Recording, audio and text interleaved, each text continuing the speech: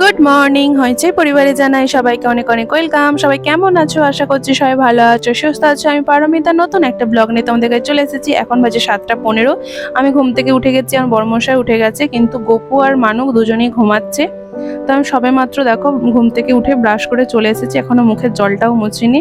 তো চলো সকাল থেকে ব্লগটা স্টার্ট করলাম। সারাদিন কি কি করি সবকিছু তোমাদের সাথে শেয়ার করব।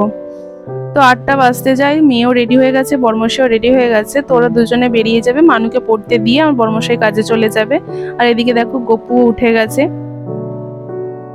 তো আজকে মানু আগে উঠেছে, গপু পরে উঠেছে। অন্যান্য দিনে দুজনেই একসাথে উঠে যায়। তো মানু রেডি হয়ে গেছে, ওকে পড়তে পাঠিয়ে দিই, তারপরে ওকে রেডি গপুকে রেডি করিয়ে খাওয়াবো।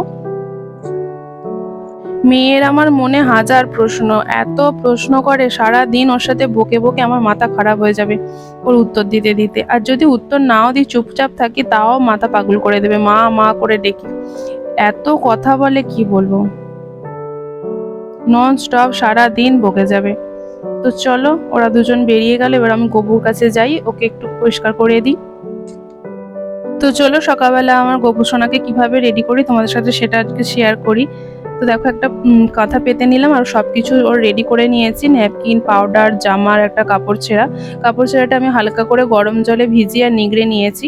তো ওই গরম জলে ভেজানো হচ্ছে কাপড়টা দিয়ে ওর মুখটা আর হাতটা মুছে দেবো। ন্যাপকিনটা দিয়ে ওর মুখটা মোছাই না আর হাতটাও মোছাই না, কারণ ওর হাতটা সবসময় মুখে পড়ে, তো সেই জন্য ওই ভিজে কাপড়টা দিয়ে মুখটা পরিষ্কার করে দিলাম, তারপর ওইটা দিয়ে আবার হাতটা পরিষ্কার করে দেবো।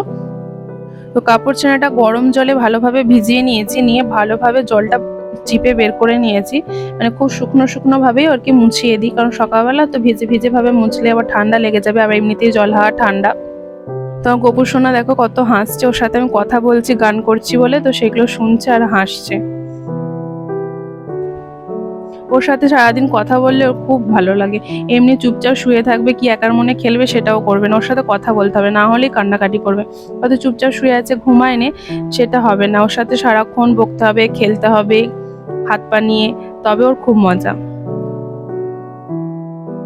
তো সব পরিষ্কার হয়ে গেছে, এবার হালকা করে পাউডার দিয়ে দেব। আমি অল্পই পাউডার দিই, কিন্তু আজকে একটু পাউডারটা বেশি হয়ে গেছে।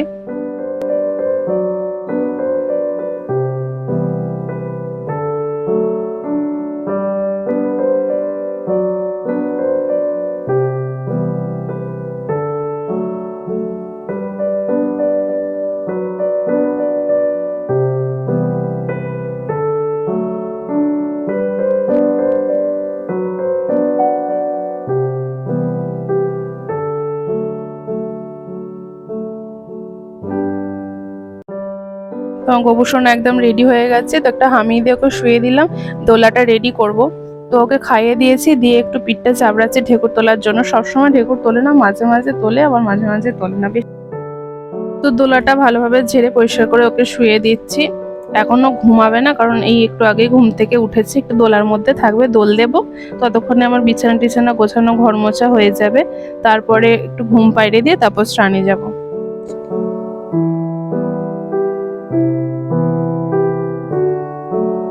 তো গোবুসন এখন দোলায় খেলছে, চলো ঝটপট করে এবার বিছানাটা গুছিয়ে ফেলি।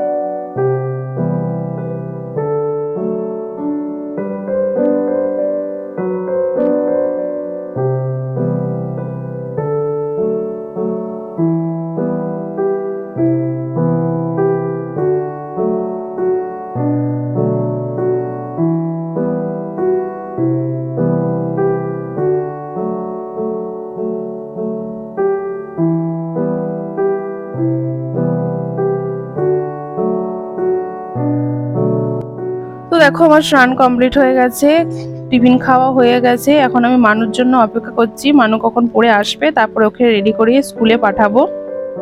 তো এখানে দেখো আমার গপু উঠে গেছে, ও খেয়ে দিয়ে এখন খেলছে। তো চলো মানু যতক্ষণ না আসছে আমি ওর বই খাতাগুলো রেডি করে নিই। তো বই খাতা, আই কার্ড, স্কুল ড্রেস সবকিছু রেডি করে রাখি, যাতে ও আসলেই তাড়াতাড়ি করে ওকে রেডি করিয়ে দিতে পারি।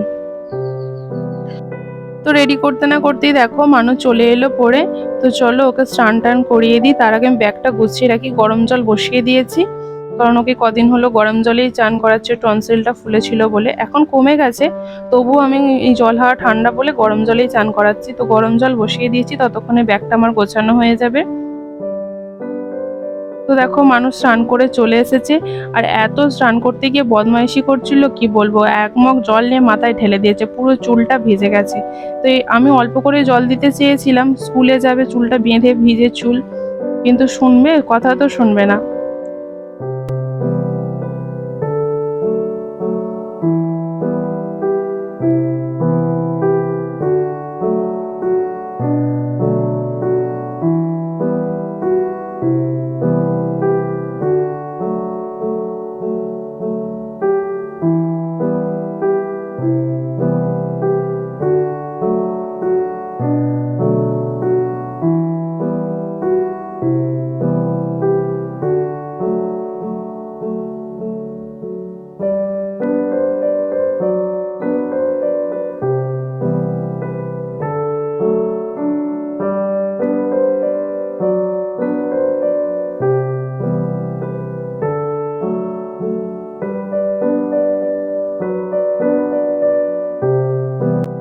চুলটা আঁচড়াতে গিয়ে দেখি চুলে এত জল, মানে একদম জল টপছে, তেল মাখা চুল, মানে মুছলেও যেন জল যাচ্ছে না। আমি গামছা দিয়ে আবারও মোছার চেষ্টা করলাম, কিন্তু তবু মানে হচ্ছে না। তারপরে শেষে বললাম যে চল হেয়ার ড্রায়ার দিয়ে একটু চুলটা শুকিয়ে দিই, কি আর করবো, কিছু করার নেই।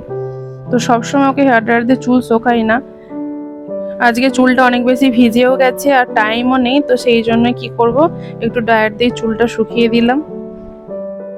তো চুলটা শোকাচ্ছি আর আমার মানু করছে শুধু দেখো তিরিং বিরিং করে যাচ্ছে, একটু স্থির হয়ে দাঁড়াতে পারছে না।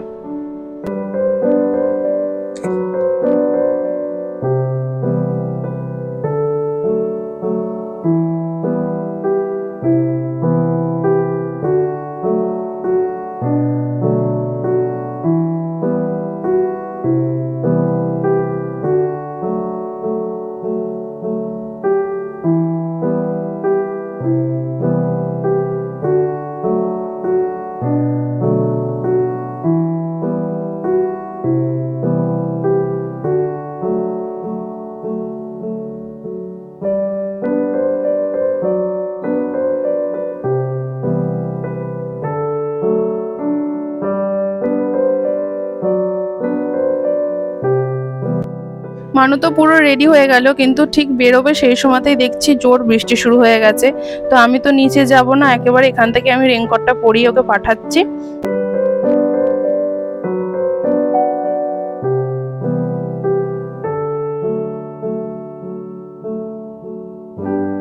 তো একজনকে তো স্নান টান করিয়ে রেডি করে স্কুল পাঠালাম, এখন আর একজন বাকি আছে, তাকে এখন অয়েল ম্যাসাজ দিতে হবে।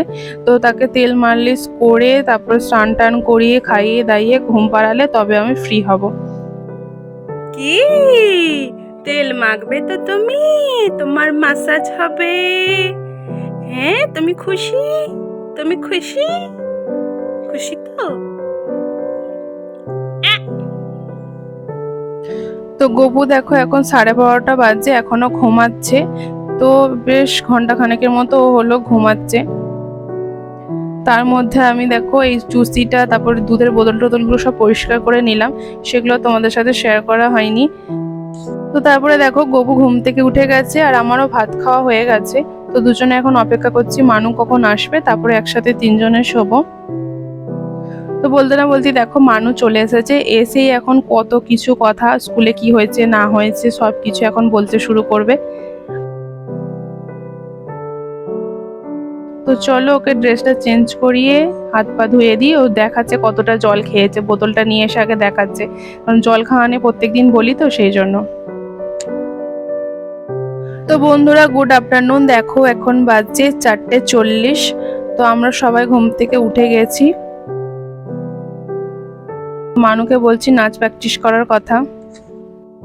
নাচ প্র্যাকটিস করাবো, করবে তো মা? নাচ প্র্যাকটিস করবে তো? হ্যাঁ করবে, হ্যাঁ করবে।